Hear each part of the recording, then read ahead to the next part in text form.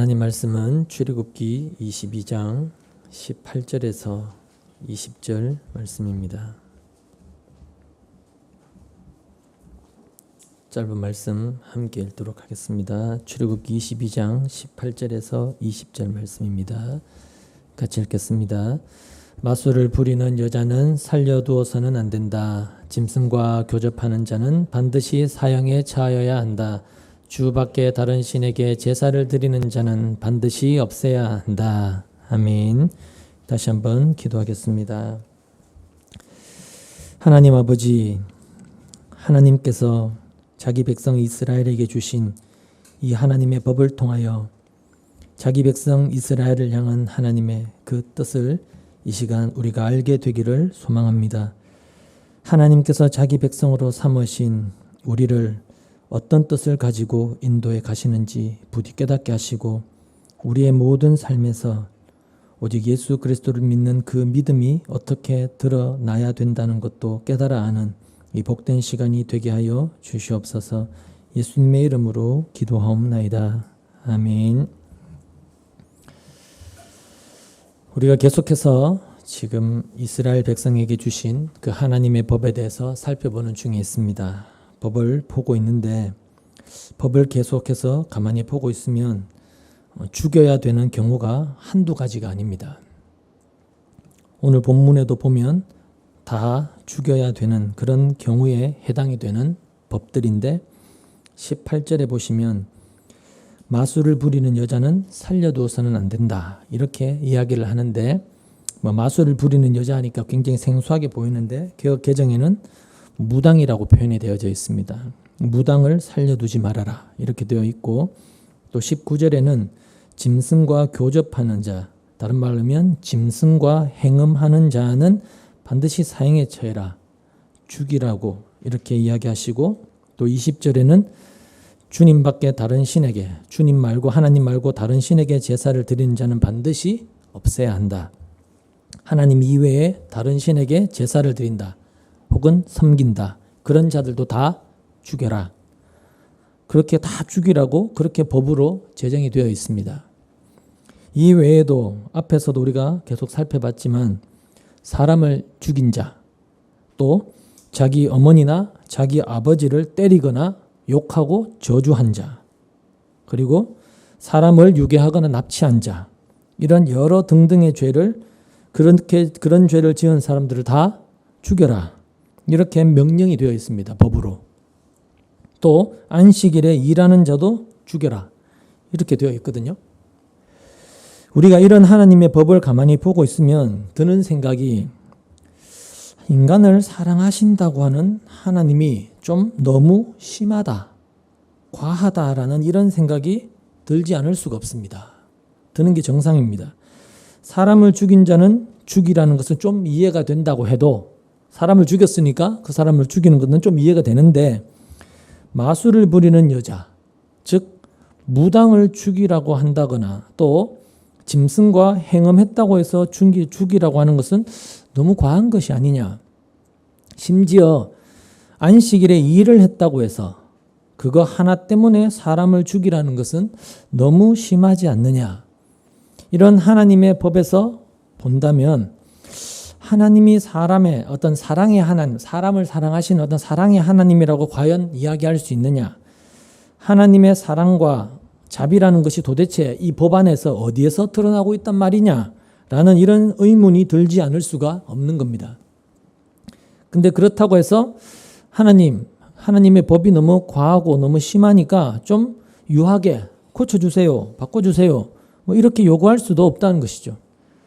하나님께서 모세에게 법을 주셨을 때 모세가 하나님으로부터 그 법을 받고 그 법이 자기가 볼 때도 너무 중하다고 자기 의견을 하나님께 피력해서 이 법의 내용을 어떤 일정 부분으로 수정하는 그런 일은 전혀 없었습니다. 그냥 모세는 하나님이 주신 법을 그대로 받아서 그대로 이스라엘 백성들에게 전달하는 그런 입장일 수밖에 없는 것이죠. 그렇게 보면 하나님의 법은 사람의 사정을 전혀 고려하지 않고 있다. 우리의 사정을 전혀 봐주지 않고 있다. 사람의 사정을 봐주지 않는다. 다른 말로 하면 하나님의 법은 사람을 위해 있는 것이 아니다. 우리를 위해 있는 것이 아니다. 이렇게 볼 수가 있습니다. 어떤 사람의 입장이나 사람의 형편, 상황, 처지 이런 걸 전혀 고려하시지 않고 무조건 하나님이 정하신 그 뜻, 그 법에 위배가 되는 것은 모조리 죽이라는, 진멸하라는 이런 식으로 하나님이 법을 주고 계시다는 것이죠. 근데 문제는 우리가 이런 하나님의 법을 대하면서도 보고 있으면서도 너무 가볍게 대충 그러려니 하면서 이런 법을 대하고 있다는 거예요. 왜냐하면 어쨌든 우리는 사실은 한국 사람이지 않습니까?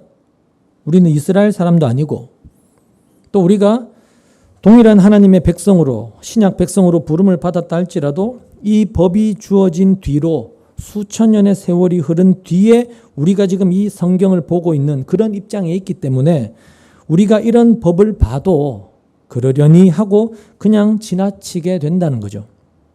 뭐 옛날에 이런 법이 있었고 하나님께서 이스라엘에게 자기 백성 이스라엘에게 이런 법을 주셨었구나 이렇게 생각하고 그냥 쉽게 넘어갈 수가 있다는 거죠. 성경을 읽다가도 그냥 대충 넘어가잖아요. 왜냐하면 솔직한 심정으로 우리가 늘 성경을 보면서 드는 느낌이지만 이 성경을 보면서 이런 하나님의 법이 나와 어떤 밀접하게 연관되어 있다는 생각이 좀처럼 안 드는 거예요. 듭니까? 안 들걸요? 단적인 예로 본문에 나오는 마술을 부리는 여자는 살려두면 안 된다. 죽여라. 즉 무당은 살려두지 말라고 하시는데 이것이 도대체 나와 무슨 연관이 있느냐라는 이런 생각이 우리에게서 쉽게 나온다는 이야기죠. 너희는 무당을 살려두어서는 안 돼. 죽여라. 이렇게 말씀을 하시는데 그냥 우리는 하나님은 무당을 엄청나게 미워하시고 싫어하시는구나. 그냥 그 정도로 생각을 하고 그냥 쉽게 넘어갈 수가 있다는 거죠. 뭐 나는 무당도 아니고 내가 무당도 아닌 것이고 또 내 가족 중에 뭐 무당이 있는 것도 아니기 때문에 나는 무당과 직접적인 어떤 관련이 없으니까 이런 법이 있다 할지라도 이 법을 내가 지켜야 될 법으로 내가 지켜야 될 어떤 그런 상황은 아니라는 생각이 충분히 들 수가 있는 것이죠. 그러다 보니 이런 내용들 우리가 하나님의 법을 읽고는 있지만 대하고는 있지만 별 생각 없이 그냥 대충 넘어가게 되는 그런 경우가 대부분이라고 할 수가 있는 겁니다. 지금 여러분도 그러실 거고. 그래서 19절에 짐승과 교접하는 행음하는 문제도 그렇고 또 20절에 하나님 이외에 다른 신에게 제사하는 다른 신을 섬긴다고 하는 이런 것들도 뭐 지금 나와는 전혀 무관하다. 나는 이런 짓 안 하니까 이 법은 나와는 상관이 없어. 나는 괜찮아. 이런 생각이 여러분의 생각 속에 늘 앞서게 되는 겁니다. 나는 짐승과 행음도 안 하고 나는 다른 신을 섬기지도 않고 다른 신에게 제사도 지내지 않으니까 이런 법은 나와는 상관없어. 이게 우리 안에 깊이 깔려 있다는 거죠. 그러다 보니 살려두어서는 안 된다. 반드시 사형에 처해라. 죽여라. 진멸해라. 이렇게 분명하게 명령하고 법으로 제정해 주고 계심에도 불구하고 거기에 나는 포함이 안 돼. 이 말씀은 나와는 상관이 없는 말씀이야. 나는 이 법과는 관련이 없는 사람이야 라고 하면서 나를 자꾸 빼버리는 자신은 제외시켜버리는 그런 경우가 대부분이라고 할 수 있다는 겁니다. 사실 성경을 보면서 이게 나구나. 나보고 하는 말이구나. 나 들으라고. 지금 하시는 말씀이구나. 라는 그런 생각이 쉽게 들지 않습니다. 않을걸요? 여러분이 듣고 싶은 이야기가 성경 구절에 나오면 이거 나에게 주시는 말씀이다라고 잘 봤지만 이렇게 나와 전혀 별로 관계가 없는 말씀들을 보면서 여러분이 이거 내게 주는 말씀이다. 하나님은 내한테 경고하고 계시는 말씀이고 이렇게 안 들릴 거라는 겁니다.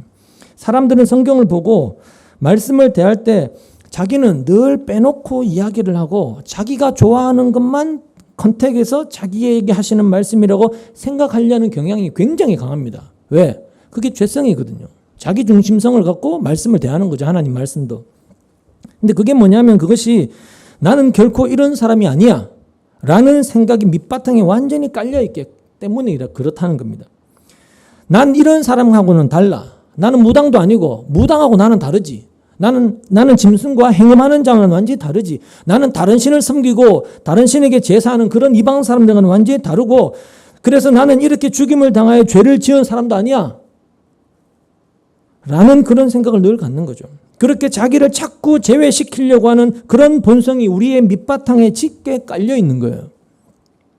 그러니까 우리는 오늘 본문에 등장하는 것처럼 마술을 부리는 여자, 즉 무당이나 짐승과 행음하는 자나 또 하나님 말고 다른 신을 섬기는 사람이라는 이런 사람들이 등장을 하는데, 이런 사람들과 나는 같은 동지다, 같은 본성과 같은 입장에 서 있는 사람이다 라는 그런 생각이 안 든다는 거죠. 드십니까? 안 들걸요? 안 들어요. 무당과 내가 동지다, 같은 처지에 있는 사람이다라고 이야기를 했을 때 우리는 그것을 쉽게 인정하지를 않을 거라는 겁니다. 무당도 아닌 내가 무당과 동지다? 무당과 같은 처지다? 이렇게 이야기를 했을 때는 그것이 납득이 된다는 것이 사실은 쉽지가 않은 것이죠. 그게 왜 그런가 하면 우리는 모든 것을 늘 우리에게서 나타나는 어떤 외적인 행동에 초점을 두고 판단하기 때문에 그렇다는 겁니다. 보이는 어떤 것들을 통해서 우리는 그것을 판단하기 때문에, 행동에 초점을 두기 때문에 그렇다는 거예요. 자, 무당에게는 무당이 하는 행동이 있습니다. 무당만이 할 수 있는 행동. 우리가 직접 무당을 본 적은 뭐 없다 할지라도 TV를 통해서 무당이 어떤 사람인지 어떤 행동을 하는지는 우리가 알지 않습니까? 우리나라 무당을 예를 들어보면 귀신을 모신 신당이라고 할까요? 어떤 전을 만들어 놓고 그 앞에서 점을 치는 행위를 하는 그런 것들을 우리는 TV에서 많이 볼 수 있지 않습니까? 점을 보러 온 사람을 앞에 앉혀두고 상위에 쌀 한 주문 탁 던지면서 막 이렇게 점괘를 본다거나, 아니면 방울 달린 막대를 짜랄짜랄 흔들면서 점을 치는 그런 장면들 우리가 쉽게 볼 수 있죠. 그래서 가끔은 무슨 갑자기 접신이 되어져서 무슨 동자 귀신이 들렸다고 하면 갑자기 어린아이 음성을 내면서 막 이 말을 하기도 하고, 또 무슨 처녀 귀신이 들었다고 하면 막 날카로운 여자 목소리를 막 내면서 앞에 앉은 사람 막 호통치기도 하는 그런 모습들을 우리 TV에서 볼 수가 있죠. 또 구슬하면서 요란한 막 장구에 맞춰서 미친 듯이 춤을 막 추고 막 작두를 타기도 하고 그러면, 야, 이 사람 진짜 신내림을 받은 용한 무당인가 보다 이렇게 말하기도 하는, 어쨌든 막 알록달록한 옷을 입고 부채를 들고 짙은 화장을 하고 여튼 별의별 이상한 짓을 다 하는 게 우리가 알고 있는 우리나라 무당이란 말입니다. 근데 어쨌든 우리는 그런 무당이 하는 짓거리, 그런 행동과는 전혀 상관이 없지 않습니까? 우리는? 여러분은 무당이 하는 그런 행동을 한 적이 있습니까? 없을 거라는 거죠. 아니면 우리가 무슨 무당을 찾아가서 점을 본 적은 있으십니까? 점을 보는 것도 아니고, 또 뭐 무당을 불러서 구슬해 본 적도 아예 없을 것이고, 그런 것과는 전혀 상관이 없다는 거죠. 특별히 모태신앙에서 자란 집들은 그런 걸 경험하고 본 적도 없을 거라는 거죠. 심지어 우리는 무당을 미신이라고 생각하잖아요. 그래서 믿지도 않죠. 야, 무당은 샤머니즘이야. 야, 그건 미신이야. 그런 건 거짓말쟁이야. 거짓말이야 라고 하면서 우리는 안 믿는단 말입니다. 그러니까 이렇게 우리는 무당을 아예 믿지도 않고 찾아가지도 않는 그런 사람들인데, 당신이 무당과 같은 동지다, 같은 처지다, 이렇게 목사가 설교를 하면 여러분 그 말이 나에게 사실로 다가오겠느냐는 거예요. 당연히 그걸 부정하고 부인할 거라는 거죠. 귀 안 들어올 거라는 겁니다. 근데 하나님은, 우리가 기억해야 될 건, 하나님은 그 사람의 행동을 가지고 그 사람을 판단하시지 않는다는 겁니다. 이게 제일 중요합니다.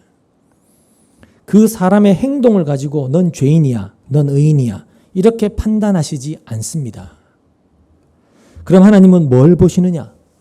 하나님은 뭘 보시고 그 사람을 판단하시느냐? 하나님이 보시는 것은 그 사람의 속성입니다. 그 사람의 습성, 사고방식, 그런 거죠. 그러니까 어떤 사고로, 어떤 정신을 따라서 움직이느냐, 행동하느냐, 사느냐, 이걸 보시는 것이지 어떤 행동을 하느냐 그걸 보시고 판단하시는 분이 아니라는 이야기입니다.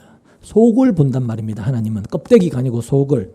그렇기 때문에 말씀드린 것처럼 행동으로 판단을 한다면 난 아니다, 난 아닌데요, 난 이런 부류의 사람과는 달라요 라고 주장할 사람들이 많이 있겠죠. 특히 여러분들은 다 알 것이고, 행동으로 판단을 한다면 당연히 우리는 무당이 아니에요. 그래서 나는 무당이 아닙니다. 나는 이런 법과는 관계가 없습니다. 이렇게 이야기할 수밖에 없다는 거죠. 근데 하나님이 사람을 판단하시는 본성, 사고방식을 가지고 우리를 판단하게 되면 우리가 다 무당과 동지가 되어버린다는 겁니다. 이게 참 신기하다는 거예요. 행동으로 판단을 하면 다 나누어지는데 무당이냐 아니냐, 뭐 짐승과 행음하는 사람이 아니냐 이렇게 다 나누어지는데 난 아니고 넌 맞고 너는 죄인이고 나는 의인이고 그래서 너는 죽어야 마땅하지만 나는 죽을 자가 아니다 이렇게 나누어지는데 껍데기로 이야기하면 근데 그 사고방식, 그 인간의 습성, 그 본성을 가지고 판단을 하게 되면 하나님이 보시는 그걸로 판단하게 되면 모두가 다 하나로 뭉쳐져 버리는 거예요. 동지는 되어버린단 말입니다. 그러니까 무당과 내가 동지가 되어버리는 거예요. 짐승과 행음한 자가 내가 동지가 되어버린단 말입니다. 결국은 행동은 각각 다 다르다 할지라도 그 행동이 나오게 되는 사고방식은 모두가 똑같다. 이렇게 이야기할 수가 있는 겁니다. 본성은 하나다. 이렇게 판단이 되는 것이죠. 그런 점에서 하나님 앞에서 모든 인간은 똑같은 동질감을 가진 자들로 존재한다. 다 같은 존재일 뿐이다. 이렇게 말을 해도 틀린 말이 아닌 겁니다. 모두가 똑같다는 거죠. 무당이 뭐 하는 사람이냐면 아시겠지만 귀신의 힘을 빌려서 인간의 문제, 인간의 인생사를 풀어내는 일종의 종교 전문가라 할 수 있습니다. 무당도 종교 전문가예요. 미래에 있을 나쁜 일을 귀신의 힘을 가지고 예견을 하기도 하고 또 나쁜 일을 사전에 방지할 그런 방법을 뭐 부적이라는 걸 써서 만들어서 야 이렇게 하면 뭐 베개 밑에 넣어놓고 뭐 이게 지갑에 넣고 안주머니에 넣어놓고 속옷안에 넣고 이렇게 하면 뭐 나쁜 일을 좀 피해갈 수 있고 사전에 막을 수도 있다라며 이런 방법을 제시해주는 인생의 문제, 인생사, 삶을 조금 더 낫게끔 하는데 도움을 주려고 하는 어떤 종교 전문가라고 할 수 있다는 겁니다.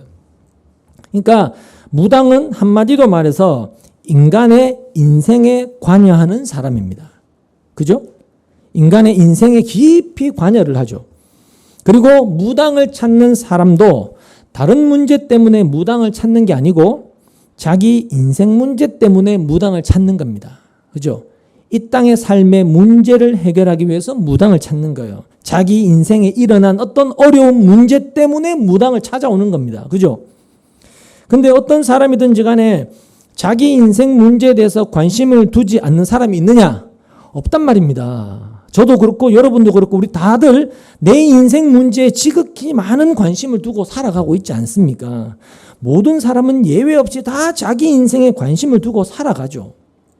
내 미래가 어떻게 될지 궁금하기도 하고 내 자식이 앞으로 어떻게 될지 궁금하기도 하고 현재가 힘들 때면 그 힘든 문제를 해결할 수 있는 좋은 방법이 뭘까? 그걸 찾기도 하는 것이고 또 그런 쪽으로 내 마음이 기울어지는 것이 여러분 인지상정이라는 거죠.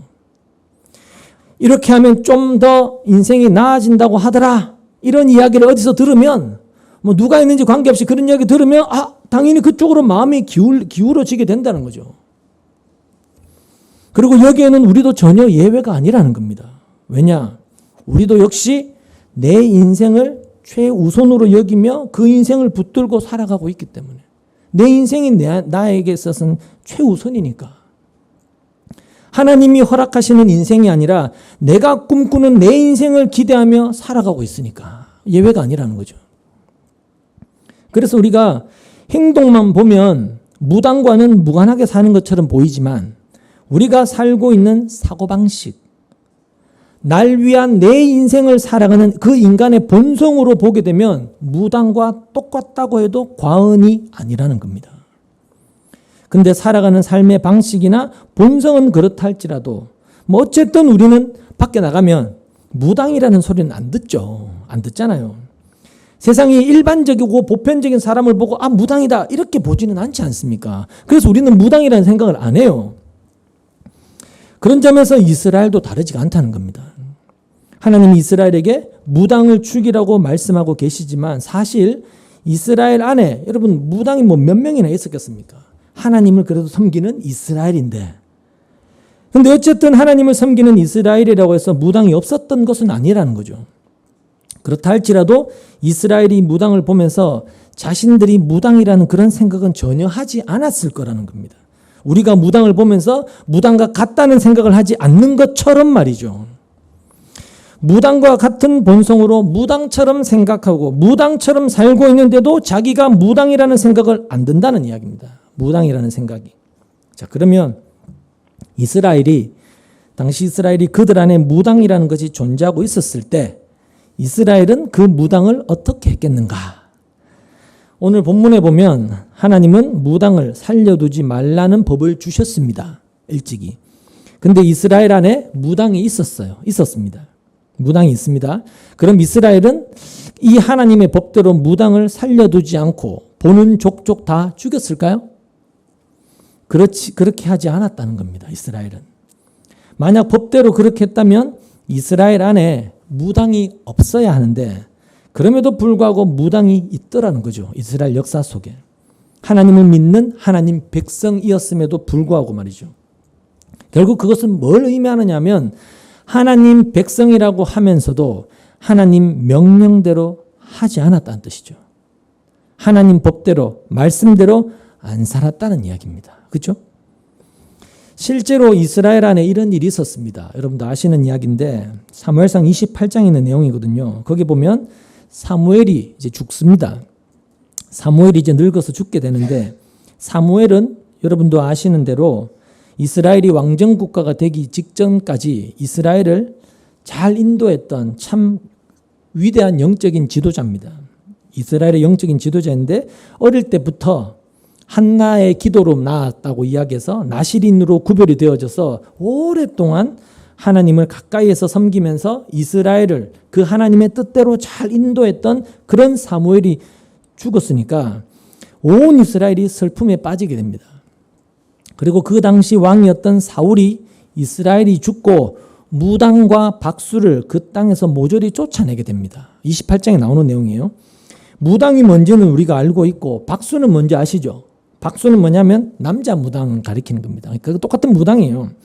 사울이 사무엘이 죽은 다음에 무당과 박수를 모두 쫓아낸 것을 두고 어떤 사람은 사울이 이제 하나님의 법에 순종한 것이다. 하나님 말씀을 따른 것이다. 이렇게 해석을 하는 사람도 있습니다만 근데 그게 사울이 하나님의 법에 순종한 것이라면 그 무당과 박수를 쫓아내면 안 되고 어떻게 해야 될까요? 죽였어야 됩니다. 본문에 나오는 것처럼 하나님의 법에는 쫓아내라는 것이 아니라 죽이라는 것이었습니다. 그럼 당연히 죽였어야죠. 근데 사울은 그냥 쫓아냈다는 거예요. 죽이지 않고. 그러니까 사울은 하나님의 법에 순종한 것처럼 보였지만 순종한 것이 아니었다는 이야기입니다. 결국 사울은 하나님의 법보다 이 무당, 이 박수를 더 가치 있는 것으로 여겼기 때문에 참아 죽일 수가 없었던 것이다. 이렇게 볼 수가 있는 것이죠.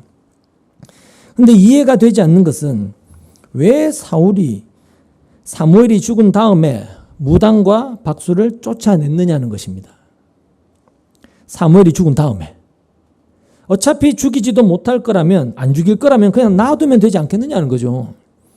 죽이라는 명령에 순종하지도 못할 건데 그 법을 지키지도 않을 건데 이걸 생각을 하면 사울이 무당을 쫓아낸 것은 뭔가 보여주기 위한 어떤 형식적인 일이었다고 할 수가 있는 거예요. 형식적으로 그렇게 한 거죠. 물론 성경에는 사무엘이 죽은 다음에 사울이 무당과 박수를 쫓아낸 이유가 무엇인지 정확하게 기록되어져 있지 않습니다. 다만 추측해 보건대 영적인 지도자였던 탁월한 지도자였던 사무엘이 죽고 없으니까 이제 사울이 사무엘을 대신해서 이스라엘을 인도해 가야 될 상황에 처하게 된 겁니다. 사무엘이 없이 이스라엘을 사울이 혼자 인도해 가야 되는 그런 상황에 맞닥뜨리게 된 거죠. 사무엘이 없는 상황에서 그런 상태에서 이스라엘을 자기 혼자 끌고 가야 되는 그런 입장이 돼버리니까 그러려면 무엇보다 뭐가 필요할까요? 이스라엘 백성들의 민심을 자기에게로 돌리는 게 제일 중요하죠. 백성들이 자기를 믿고 신뢰하게끔 만드는 게 중요하잖아요. 이스라엘을 다스리려면 백성들의 지지를 당연히 받아야만 했던 것이죠. 그걸 위해서 사울은 자기는 하나님의 법을 잘 지키고 여호와만 섬기는 그런 왕이다라는 것을 보여주기 위해서 무당과 박수를 쫓아낸 것이 아닌가, 그렇게 볼 수가 있다는 겁니다. 나는 하나님 말씀대로 하나님 법대로 행하는 왕이야. 그걸 드러내 보이려고 무당과 박수를 모조리 쫓아낸 것이죠. 근데 말씀을 드린 것처럼 사울은 이 무당들에 대해서 뭔가 이미 호의적인 어떤 그런 마음이 있었다는 거예요. 그런 마음이 있었기 때문에 하나님의 법에는 죽이라고 했는데 죽이지도 못하고 그냥 단순히 쫓아냈다는 이야기입니다. 이런 사울의 마음이 나중에 어떤 일로 인해서 다 드러나게 돼요. 발각이 된단 말입니다. 이것도 사무엘상 28장에 나오는 내용인데, 사무엘이 죽고 난 뒤에 어떤 일이 생겼는가 하면 블레셋 사람들이 이스라엘을 치러 오는 상황이 발생하게 됩니다. 전쟁이 일어나요. 그러자 지금까지 의지했던 사무엘도 없는 상황에서 사울은 굉장히 두려워하게 됩니다. 몹시 두려워요. 두려워서 마음이 몹시 떨었다라고 이야기를 합니다. 이제 블레셋이 우리를 치면 블레셋은 굉장한 강대국이니까 우리는 죽었다, 큰일 났다 라는 생각이 들면서 마음이 막 심히 떨렸던 것이죠. 그때 사울이 하나님께 기도를 합니다. 하나님, 어떻게 해야 될까요? 도와주세요, 살려주세요, 막 기도를 합니다. 근데 기도를 했는데도 하나님은 전혀 사울에게 답하시질 않습니다. 대답을 안 하세요. 꿈으로도 대답하지 않고 선지자의 입을 통해서도 대답하시지 않고 그냥 한마디로 하나님이 침묵하시는 거예요. 침묵. 그러니 여러분, 사울의 마음이 얼마나 똥줄이 타겠습니까? 답답해서 죽는 거예요. 사무엘도 없는 상태에서 기도까지 했는데 하나님은 대답하시지 않고 결국 모든 걸 자기 스스로가 해결해야 된다라는 그런 생각이 들면서 마음이 답답해지는 거죠. 어떻게 해야 될지 없는 그런 상황에서. 그래서 사울이 신하들에게 지시한 게 뭐였느냐면 무당을 찾으라는 것이었습니다. 자기가 쫓아낸 무당을 다시 찾아라, 그렇게 지시를 해요. 그러자 신하들이 엔돌이라는 지역에 무당이 있습니다, 이렇게 보고를 합니다. 그 엔돌이라는 지역은 므낫세 지파의 성읍이었거든요. 므낫세 지파. 그렇기 때문에 엔돌에 있던 여자 무당이라고 한다면 결국은 그 사람은 이스라엘 여자다, 이렇게 볼 수가 있는 것이죠. 그리고 결국 이스라엘은 하나님의 법을 따라서, 지금 오늘 본문에 주신 이 법을 따라서 무당을 죽이지 않고 그냥 놔뒀다는 그런 의미가 되는 거예요. 사무엘상 28장을 이제 한번 찾아보시죠. 28장 8절 한 절만 보시겠습니다. 사무엘상 28장 8절입니다.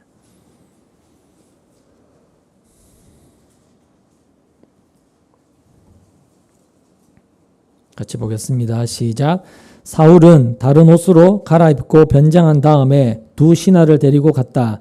밤에 그들이 그 여인에게 이르렀는데 사울이 그에게 말하였다. 망령을 부르는 술법으로 내가 당신에게 말하는 사람을 나에게 불러 올려 주시오. 이렇게 되어 있거든요. 사울이 엔돌에 있는 그 여자 무당을 찾아가서 부탁한 것이 뭐였느냐 하면 이미 죽고 없는 사무엘을 불러 올리라는 것이었습니다. 불러내라는 거죠. 그러니까 사울은 죽은 사무엘을 지금 만나고 싶어 하는 겁니다. 이미 죽었는데. 결국 사울이 죽은 사무엘을 만나고 싶은 이유가 뭐였겠습니까? 왜 사무엘을 만나려고 할까요, 지금? 현재 자기가 처한 위기의 상황에서 사무엘에게 묻고 싶은 거예요. 지금 처한 이 위기의 상황에 대해서 내가 어떻게 해야 되는지를 사무엘에게 묻고 싶은 거예요. 하나님이 답하시지 않고 지금 계속 침묵하고 계시니까 사무엘에게 묻고 싶은 거죠. 근데 무당에게 하나님의 뜻을 알게 해달라고, 하나님을 만나게 해달라고는 차마 할 수 없으니까 결국 죽은 사무엘, 귀신이라도 만나서 좀 도움을 받고 싶어 했던 겁니다. 지푸라기라도 잡고 싶었던 것이죠. 결국 그건 뭘 말해주느냐면 그 당시에 사울에게 있어서 하나님이라는 존재는, 사울에게 있어서 하나님은 살아서 존재하고 일하시는 하나님이 아니었다는 이야기입니다. 그렇죠? 사울에게 있어서 그 당시에 하나님은 살아서 존재하시며 일하고 계시는 하나님이 아니었던 겁니다. 계시지 않는 분이었던 거죠, 아예. 그러니 무당을 찾아갔던 것이죠. 죽은 사무엘을 만나고 싶어서. 그냥 사울에게 하나님은 그냥 어떤 관념으로만, 어떤 생각 속에 있는 존재로만 계신 그런 수준의 하나님, 그런 하나님이었을 뿐이라는 거예요. 그래서 결국은 기도를 그렇게 했는데도 답하지 않는 하나님, 그런 하나님은 사울에게는 마치 없는 존재와 다를 바가 없었다는 이야기죠. 그것이 무당을 찾는 사람의 속성이라는 이야기입니다. 이처럼 사울이 하나님을 믿는다고는 했던 그런 사람이었지만 하나님 없이 살았더라.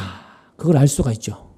말로는 하나님을 믿는다 했지만 하나님 없이 그렇게 산 사람이었던 거죠. 그런 사울의 속성이 블레셋이 이스라엘을 공격하는 그런 위기의 상황이 되었을 때 비로소 드러나게 된 거예요. 사무엘도 없고 기도해도 하나님이 답도 하지 않고 블레셋은 자기들을 공격해서 죽이려고 오고 있고 그런 상황에서, 그런 위기의 상황에서 사울의 속성과 본성과 사고방식이 이런 거였다. 하나님을 믿노라 했는데, 하나님을 섬기노라 했는데 하나님의 존재를 믿는 것이 아예 아니더라 라며 사울의 그런 실체를 드러내신 것이죠. 드러나게 된 거죠.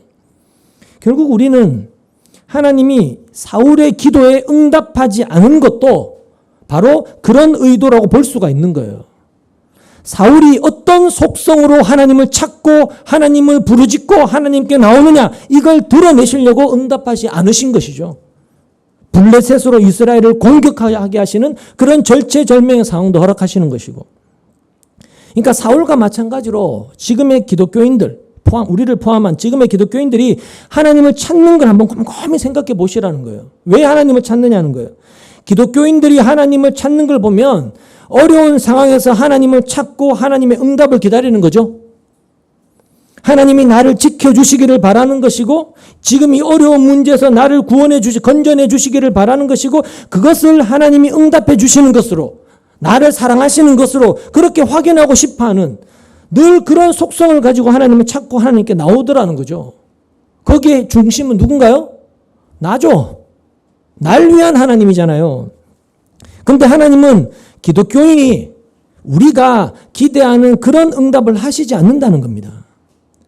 나는 지금의 이 위기 상황, 이 어려움을 어떻게 할까요? 라고 묻는데 하나님은 전혀 그런 데 대해서 답을 하시지 않아요. 사울에게처럼. 그때 사람들은 당황하면서 하나님이 아닌 다른 의지할 것을 찾는 거죠. 다른 의지할 것을. 결국 그것으로 뭐가 드러나게 되느냐면 평소에 그 사람이 하나님 없이 살았다는 것이 폭로가 되는 거죠.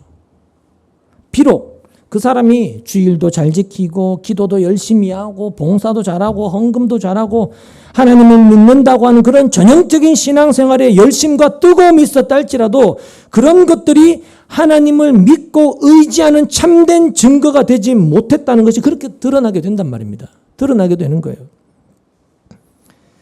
여러분, 하나님이 이스라엘과 함께 하신다는 것은 지금 우리에 비하면 눈으로도 경험으로도 충분히 확인된 사실이라고 할 수 있지 않습니까? 이스라엘에게 하나님이 함께 하신다는 것은 눈으로도 경험으로도 엄청나게 다 확인이 된 사실이에요. 일찍이 홍해가 갈라지고 바다를 마른 땅처럼 발로 걸어서 그들이 건넜지 않습니까? 그런 경험이 있었단 말입니다. 반석을 쳤는데 반석에서 물이 철철철 흘러나오는 그걸 마시는 경험도 있고, 또 하나님이 주신 만나와 메추라기를 광야 40년이란 그 긴 시간 동안 먹으면서 광야를 걸어갔던, 통과했던 경험도 있고요. 무엇보다 그들의 힘으로는 도무지 들어갈 수 없는 그 가나안 거민들이 살고 있는 그 가나안 땅에 있는 그 거민들을 다 물리치고 그 땅을 차지했던, 지금 자기들이 살고 있는 그 삶을 조금만 추적하고 돌아봐도 그 모든 것들이 하나님이 지금 살아계시고 그들과 함께 하시면서 그들을 인도해 가고 있다는 증거들로, 약속들로 차고 넘치어서 하나님은 신실하신 분이라는 그런 경험들로 그들에게 가득 주어져 있다는 거죠. 그런 증거들과 경험들이 그들 가운데 있었다면 비록 오늘 나에게 어려움이 있다 할지라도 또 설령 하나님께서 나에게 아무 말씀도 대답하시지 않으시고 마치 침묵하신다 할지라도 하나님이 나와 함께 하신다는 이 믿음에는 변함이 없어야 한다는 겁니다. 그렇지 않느냐는 거죠. 그게 하나님이 나와 함께 하신다는 것을 믿는 거라는 거죠. 진짜 하나님이 나와 함께 하시고 존재하시고 살아계시고 일하신다는 걸 믿는 것이 아니겠느냐는 거죠. 근데 사람들은 그러지 못하고 내가 이제 어떤 경험을 했다 할지라도 내가 뭔가를 깨달았다고 알게 되었다 할지라도 당장 오늘 어렵고 오늘 하나님이 내 말에 침묵해버리면 흔들리더라는 거죠. 쉽게. 그게 뭐냐면 사람은 어제 일이 중요한 게 아니고 오늘 지금 내 인생이 중요하다. 지금 내 현실, 내 눈앞에 펼쳐져 있는 자기 인생 여기에 파묻혀 살아가는 존재들일 뿐이다. 그걸 보여주고 있는 거예요. 인간은 그런 존재라는 거죠. 사울이 사무엘과 함께 이스라엘을 다스리면서 그렇게 살아갈 때는 하나님이 함께 하심을 알았을 거라는 이야기입니다. 사무엘이 있을 때는 하나님을 섬기고 하나님께 제사하면서 그렇게 하나님을 믿었던 사람이었는데 자신이 의지했던 것들이 다 사라져버리니까 오늘 내 인생에 닥쳐온 위기 앞에서 하나님이 아닌 당장에 자신이 의지할 다른 것, 그걸 한 단어라면 우상인데 사울은 그게 무당이었던 것이고 그렇게 무당을 찾아가는 사울의 모습을 통하여 결국 이런 것들이 바로 인간의 속성이라는 것을 보게 하시는 거라는 거죠. 그러니까 어제 내가 하나님을 믿었다고 하는 것이 내가 지금까지 하나님을 잘 믿고 잘 섬기고 기도도 열심히 하고 신앙생활 열심히 했다라는 것이 우리 엄마, 우리 아버지, 우리 할아버지, 우리 할머니 몇 대째 믿어왔다라는 것이 오늘의 어떤 내 믿음의 증거가 전혀 되지 못한다는 것을 성경은 사울을 통해서 우리에게 보고하시는 거예요. 그걸 드러내는 거예요. 우리 엄마 아버지가 믿음 좋은 사람이었다고 해서 내가 그 믿음을 가지고 있다는 증거가 되지 못한다는 거죠. 그렇기 때문에 우리가 어제 내가 이렇게 믿었고 이렇게 봉사했고 이렇게 하나님을 잘 섬겼고 이런 것들은 우리의 어떤 믿음의 근거가 되지를 못한다는 겁니다. 비록 어제 우리가 어떤 믿음을 가졌다 할지라도 오늘 하나님이 나에게 위기의 상황을 주신다면 어떻게 될까? 당연히 흔들릴 수밖에 없다는 것. 그게 우리의 속성이라는 것이 우리가 사울을 보면서 확인되어져야 한다는 것입니다. 아, 이게 나의 속성이겠구나. 속성이구나. 그걸 보실 수 있어야 된다는 거죠. 그래서 사울은 블레셋이 공격하는 그런 절체절명의 위기 상황을 해결하고 싶어서 하나님을 찾은 것이고 무당을 찾아가서 사무엘을 만나려고 했던 것이죠. 다른 이유가 없어요. 자신이 처한 현실의 위기 상황을 해결하기를 원했던 것. 그게 전부였죠. 그런데 하나님이 사울에게 조성하신 그런 위기의 상황은 하나님 없이 살아가는 사울의 본색을 드러내심으로써 이스라엘이라는 그들의 본색, 이스라엘의 습성이 바로 이런 것이다라는 것을 확인하게 하신다. 이걸 생각해 보면 지금 우리도 하나님께서 어떤 의도를 가지고 우리를 인도해 가시는가? 하나님이 우리를 어떤 의도와 어떤 목적을 가지고 우리를 동행하시며 인도해 가시는가 하는 것을 알 수가 있다는 것입니다. 우리는 늘 그저 내 인생이 좀 편하면 된다. 이렇게 생각을 하고 있지만 하나님은 우리의 인생이 편해지는 그것보다도 우리의 속마음이 우리의 실체가 드러날 수밖에 없는 그런 쪽으로 인도해 가고 계시다는 것이죠. 늘. 그게 이스라엘을 통해서 드러나는 거예요. 편하고 빠른 길로 가나안 땅에 인도해 가시지 않고 광야 40년이라는 그 척박한 길을 걷게끔 그 길로 인도하시더라는 거죠. 그게 하나님의 일하심이라는 거예요. 신자를 향한 일하심. 여러분 만약에 우리의 인생이 편한 쪽으로만 가면 편한 쪽으로만 인도되면 어떻게 되겠습니까? 여러분이 원하는 대로만 그 길로만 여러분의 인생이 쫙 인도되어져 간다면 여러분 어떻게 될까요? 평생 내 인생이 편한 쪽으로만 인도되었다. 그렇게 산다면 여러분의 몸은 편하게 살 수 있을 겁니다. 몸은 편하고 마음은 편하게 살 수 있을지 몰라도 근데 문제는 내가 평소에 어떻게 살아가는가, 어떤 사고와 어떤 속성으로 살아가는가 이걸 절대로 보지 못합니다. 못하게 돼요. 그저 교회 다니는 것으로 나는 신앙생활 잘하고 있어. 이렇게 착각할 뿐이고 내가 어떤 본색, 어떤 속성으로 인생을 살아가는가. 나는 하나님을 이야기하는데 하나님 없이 살아가는 게 바로 나구나. 이걸 절대로 볼 수 없게 되는 거예요. 그게 오히려 저주라는 겁니다. 저주. 나를 보지 못한다는 그게. 내 문제가 뭔지 그걸 보지 못하는 게 여러분 진짜 저주라는 거예요. 가난하고 병들고 힘들고 어려운 게 저주가 아니고 내가 누군지를 보지 못한 그게 가장 큰 저주예요. 그건 결국 망하는 거거든요. 그렇기 때문에 우리가 이런 점들을 생각하지 않으면 결국은 무당을 살려두지 말라거나 뭐 다른 신에게 제사 드린 자는 반드시 죽이라는 이런 말씀에 대해서도 나와는 무관한 이야기야. 나와는 상관없는 이야기야. 이런 생각이 앞서버리게 되는 거죠. 그러니까 무당과 다름없는 생각으로 무당을 찾는 사람과 똑같은 본색으로 하나님을 섬기고 찾고 있으면서도 그 사실을 우리가 모르게 되는 것이죠. 내가 그렇다는 것을. 그 사실을 모르기 때문에 하나님을 믿고 섬기지도 않으면서도 나는 하나님을 믿고 섬기는 신자다. 이런 착각에 다들 빠져버리게 되는 거예요. 그저 우리는 나에겐 이런 열심이 있고 이런 일을 했고 나는 이런 사람이고 이런 것만 생각할 뿐이지 내가 어떤 의도로 이런 열심을 냈느냐 이걸 생각하지 않고 있습니다. 내가 어떤 의도를 가지고 지금 하나님을 찾고 있느냐 하나님 앞에 나오느냐 이런 생각을 안 한다는 거예요. 이게 기독교인들이 쉽게 빠지는 함정이라는 겁니다. 내가 기도를 이렇게 열심히 했습니다. 내가 이렇게 열심히 봉사했습니다. 내가 주님을 위해서 이런 걸 했습니다. 이것만 생각할 뿐이지 내가 어떤 의도를 가지고 무엇 때문에 하나님을 찾고 이렇게 열심히 했느냐 이걸 놓쳐버리고 있는 거죠. 결국 우리의 속성도 무당을 찾는 사람과 똑같은 속성인데 무당과 똑같은 속성인데 그걸 못 보는 거예요. 그래서 신앙의 모든 것이 형식으로 흘러가고 있으면서도 이런 눈치를 못 채게 되는 것이죠. 사울처럼. 그저 하나님을 믿고 말씀대로 산다라는 그런 착각에만 빠지게 되는 거죠. 기도하라 했으니까 나는 기도하고 있고 말씀 보라 했으니 말씀 보고 있고 뭐 해라 했으니 나는 그거 하고 있고 그렇게 나는 신앙생활 잘하고 있다는 그런 착각에 빠지게 되는 거죠. 무당을 죽이라는 것이 하나님의 법이고 명령인데 쫓아낸 것으로 말씀을 지켰다.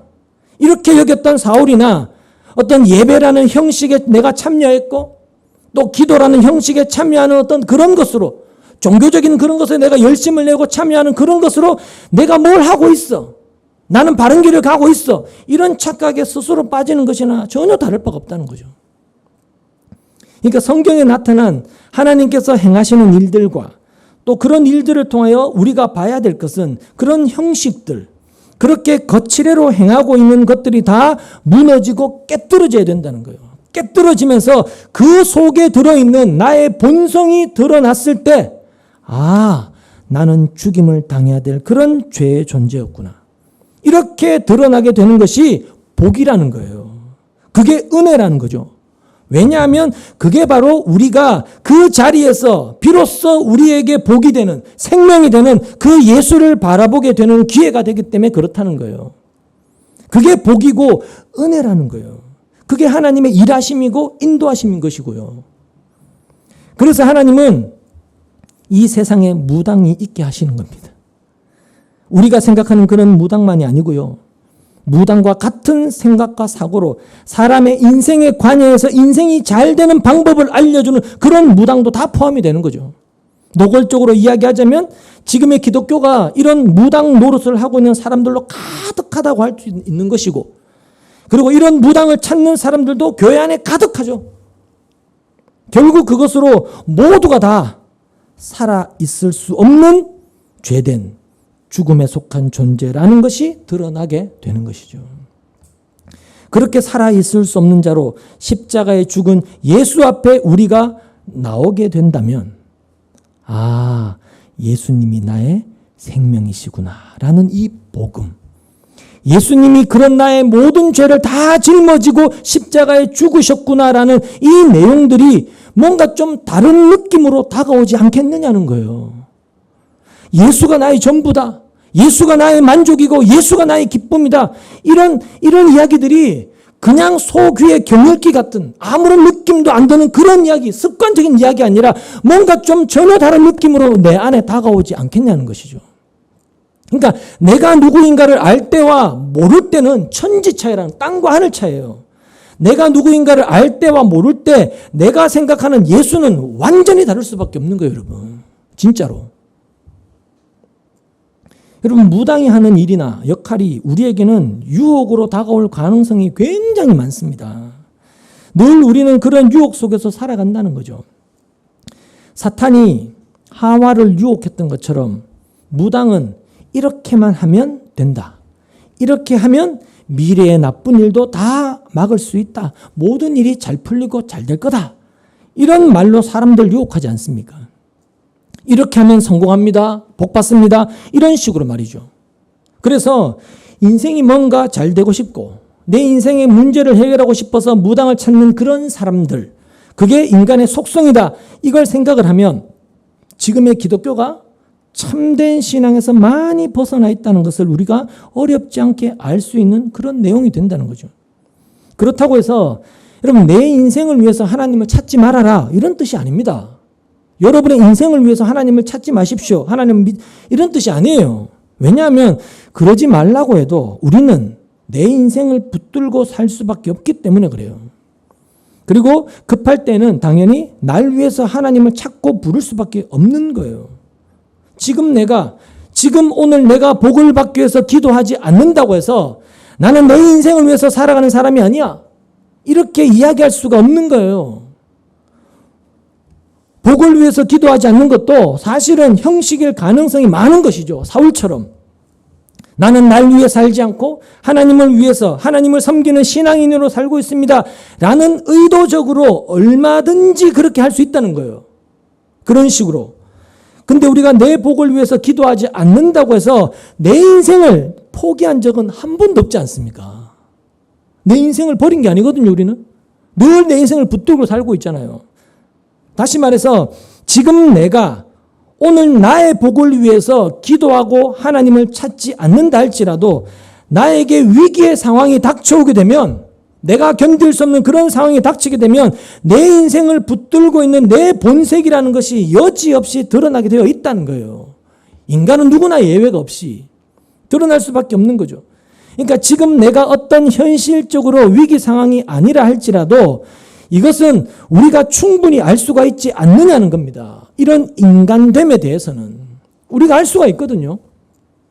사울과 같은 경우를 봐도 우리가 사울과 같은 그런 위기에서 그런 상황이 닥치면 당황해하면서 문제 해결을 위해서 어떤 방법이라도 어떤 수단이라도 동원했을 거라는 거죠. 그럼 대통령이 국정을 운영하는 능력이 부족하고 그래서 리스크도 많고 경제도 엉망진창 어렵다고 해서 지지율이 막 급락하면서 떨어지고 그러면 얼마나 답답하겠습니까? 모든 방법을 다 찾고 동원할 거라는 거예요. 정말 무당에게 좋은 방법이 있다면 거기까지 찾아갈 거라는 거죠. 그런 것이 우리의 진짜 모습이라는 것을 제발 아는 자로 예수님께 나오는 것, 그게 정말로 중요한 문제가 된다는 거예요. 그럴 때 예수님만이 나의 구원자이십니다, 이런 고백이 나오게 되는 거예요. 예수님만이 나의 구원자입니다. 그러니까 그런 고백을 우리에게서 나오게 하시기 위해서 하나님이 일하고 계신다는 이야기입니다. 내 인생을 위해 살아가는 사람이 되지 않는 것, 그게 하나님의 뜻이 아니고요. 내 인생을 살고 있는 그런 나의 현실 속에서 예수님이 이래서 나의 구원자입니다, 그런 고백 하나 나오게 되는 그런 새 사람이 되게 하시려고 일하고 계신다. 왜? 그게 하나님께 영광이 되는 거니까. 그것으로 영광 받으시니까 거기에 초점을 두셔야 된다는 거죠. 그래서 하나님이 본문에 나오는 이런 법을 세우시는 것은 무당을 찾아가지 말라는 것도 아니고 다른 신을 섬기지 말라는 것도 사실 아니에요.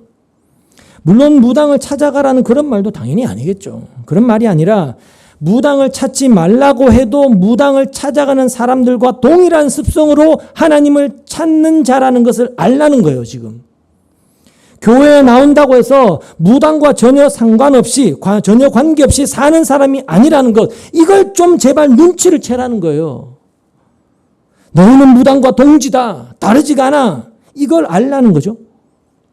그러니까 그걸 아는 자로, 자기를 아는 자로, 자신의 실체를 아는 자로 하나님께서 보내신 예수님께로 나오라는 겁니다. 그게 하나님의 취지라는 거예요. 법을 주신 취지. 그리고는 예수님만이 나의 구원의 능력이 되심을 알게 됨으로써 내가 할 수 있다는 모든 생각이 다 무너져 버리는 거죠. 그게 진짜 신앙이라는 거예요. 진짜 믿음이라는 것이고. 그렇게 예수 안에서는 내 것이라고 할 수 있는 것이 아무것도 없고 예수님이 행하신 일만 있을 뿐이다. 이걸 믿는 게 신자다. 그게 예수 안에 있게 된 신자다. 이걸 이야기해 주고 있는 겁니다. 무당을 찾는 사람들 가운데 여러분 천국 가려고 무당을 찾는 사람 봤습니까? 천국 가려고 무당을 찾는 사람은 없을 거예요. 그러니까 자기 구원을 위해서 어떤 천국을 위해서 어떤 영원한 생명을 위해서 다른 신을 찾는 그런 사람은 없을 거라는 이야기입니다. 우상, 무당은 전부 다 내 인생을 위해서 찾아가는 거예요. 현실에서의 내 인생을 위해서. 그러니까 그게 다른 복음이고 그게 다른 예수라는 거예요. 영원한 생명의 문제가 아니고 현실의 문제에 도움받기 위해서 불러내는 거. 나에게 와서 나를 도우라는 것은 다른 복음이라는 거예요, 여러분.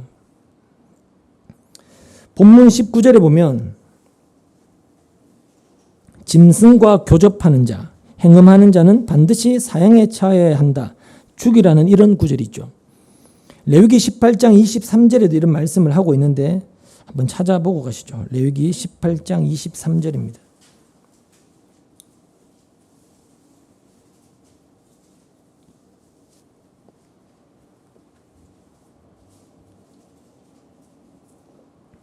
레위기 18장 23절 같이 보시겠습니다. 시작.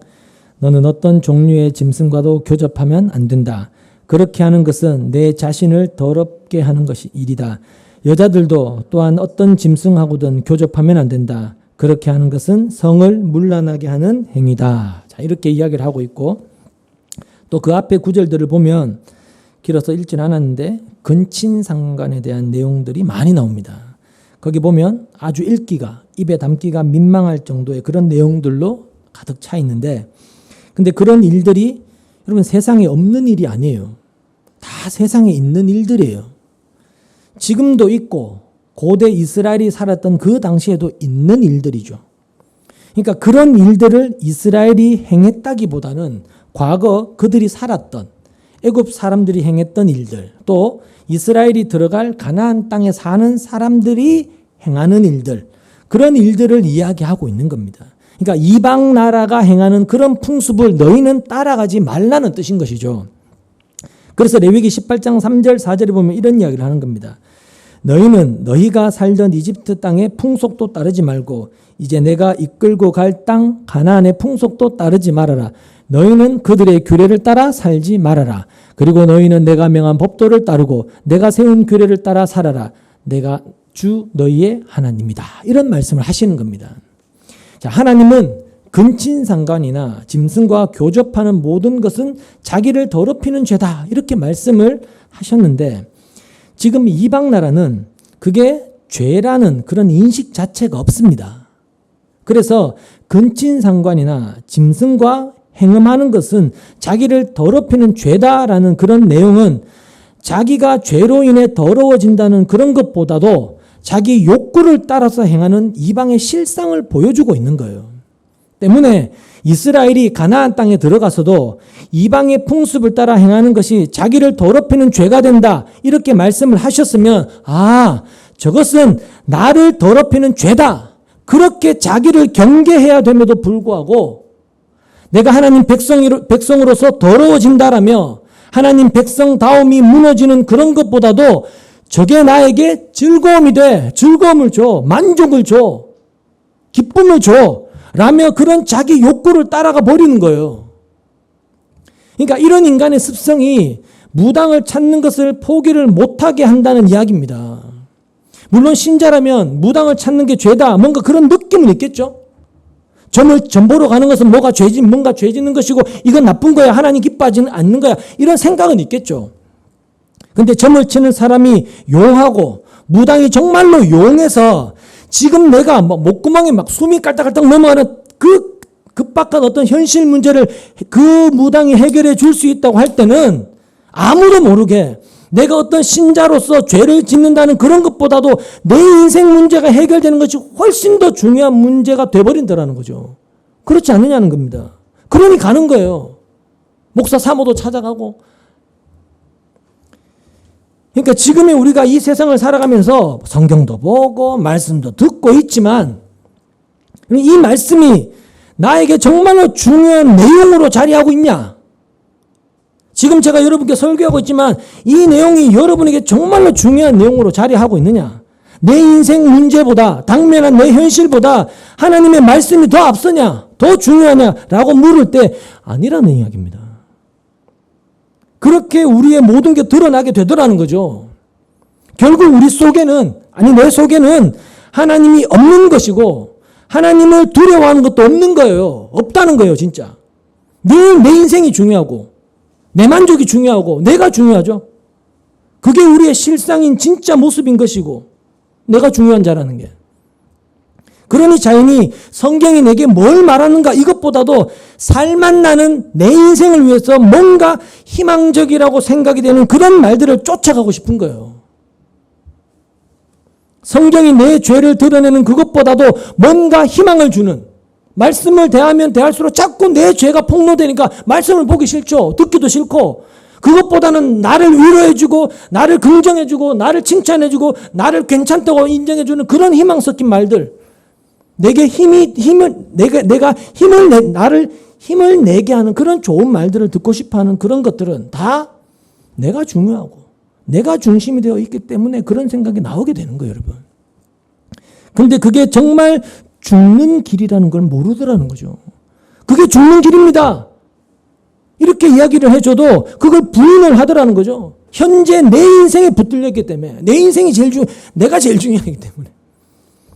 세상은 이처럼 죄를 따라가고 있고, 그래서 하나님 말씀이 뭘 말하고 있는가 이것보다는 오히려 내 인생이 전부다라는 그런 시대를 살아가는데, 기독교인 역시 하나님을 섬기는 신자 역시도 그 길에 같이 편승해서 어울려 살고 있다. 그게 우리의 실상이라는 것을 우리가 좀 알게 되면요, 내가 교회에 와서 이것저것 분주하게 뭘 하고 이게 의미가 없어지는 거예요, 여러분. 그러면서 이런 나를 위해 주님께서 무슨 일을 어떻게 하셨습니까? 이걸 찾아가게 되는 거예요. 거기에서 답을 찾는 거예요. 주님의 십자가만이 나에게는 답입니다. 나에게는 생명입니다. 그거 하나 붙들게 되는 거예요. 근데 그게 있으면 그게 믿음인 것이고 그 하나로 천국 백성이 되는데 아무 부족함이 없다는 거예요. 그거 하나 가지고도. 여러 개가 필요한 게 아니란 이야기입니다. 세상에게 남아있는 것은 여러분 하나님의 심판밖에 없습니다. 이 세상에게 남아있는 것은 하나님의 심판입니다. 세상이 그처럼 심판 안에 있다는 것을 보여주기 위해서 예수님이 이 땅에 오신 것이고 그 증거로 예수님이 십자가에 못 박혀 죽으신 거예요. 그걸 꽝 하고 확증하신 것이죠. 이 세상이 심판 안에 있다는 것을 그렇게 확증하신 거예요. 이런 세상을 신자된 우리가 본받을 게 뭐가 있느냐 그 말입니다. 이스라엘이 가나안 땅에 들어가서 여러분 가나안 땅 사람들의 풍속을 본받을 게 뭐가 있느냐는 거예요. 아무것도 없지 않습니까? 그래서 하나님은 가나안 땅의 풍습을 내쫓으라고 하시는 거예요. 멸절하라고 하시는 거예요. 물론 가나안 땅에 여러분 뭐 나쁜 풍습만 있었겠습니까? 이 세상 사람들이 살아가는 풍습이나 문화가 나쁜 것만 있겠어요? 당연히 좋은 것도 있겠죠. 소위 말하는 선하다고 할 수 있는 도덕적인 거, 윤리적인 거, 상식적인 거, 기본적인 거 많잖아요. 당연히 있었을 거고 지금도 있지 않습니까? 근데 그 어떤 것들도 이스라엘은 본받을 것이 못 된다. 그러니 다 쫓아내라, 진멸해라 이렇게 법으로 정하신 거예요, 여러분. 마찬가지로 이 세상도 우리에게 그런 대상이라는 거예요.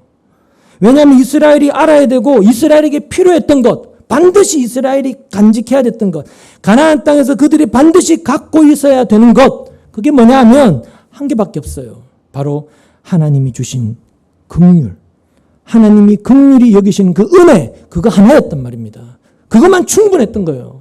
긍휼하심의 은혜, 그게 필요했던 것이죠. 오직 너희는 그거 하나만 있으면 내 백성으로서는 부족함이 없다. 그게 하나님 말씀인 거예요, 여러분.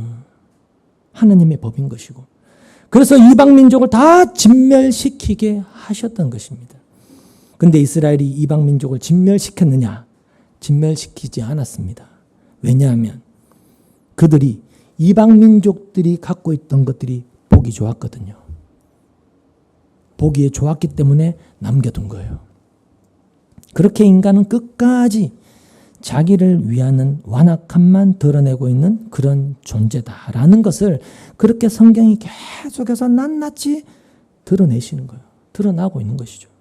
그래서 하나님은 무당을 살려두지 말라고 말씀하시는데 실상은 이스라엘은 무당과 똑같은 그런 정신 아래에 있었던 그런 존재들이고 오늘 우리도 전혀 다르지가 않다는 것이죠. 무당이 귀신 들린 자라면 이 세상 모든 사람은 귀신 들려 살고 있는 거예요. 자기 인생을 위해서 살고 내 인생이 잘 되기만 하면 그것으로 만족하려는 세상. 그런 세상에서 신자라고 하는 것은 인생의 모든 것이 내 인생 모든 것이 하나님께 붙들려 하나님의 뜻대로 인도되어 간다라는 그런 믿음 안에서 나에게 생명이 되신 예수님이 나의 만족이 되신다는 그걸 배우면서 오직 그 길만 바라보는 그런 존재, 그게 신자다. 그렇게 이야기할 수가 있을 겁니다. 내가 죽임을 당해야 될 무당과 같은 사고방식과 본색과 본성을 가진 자고 내가 다른 신을 섬기는 우상숭배 잘하는 것을 진짜 알게 되는 그 자리에서 오직 주님께만 소망이 있다는 이 사실, 이런 깨달음 가운데 오직 주님만 바라보는 것. 그 믿음이 우리를 영원한 저 하나님 나라에 있게 한단 말입니다.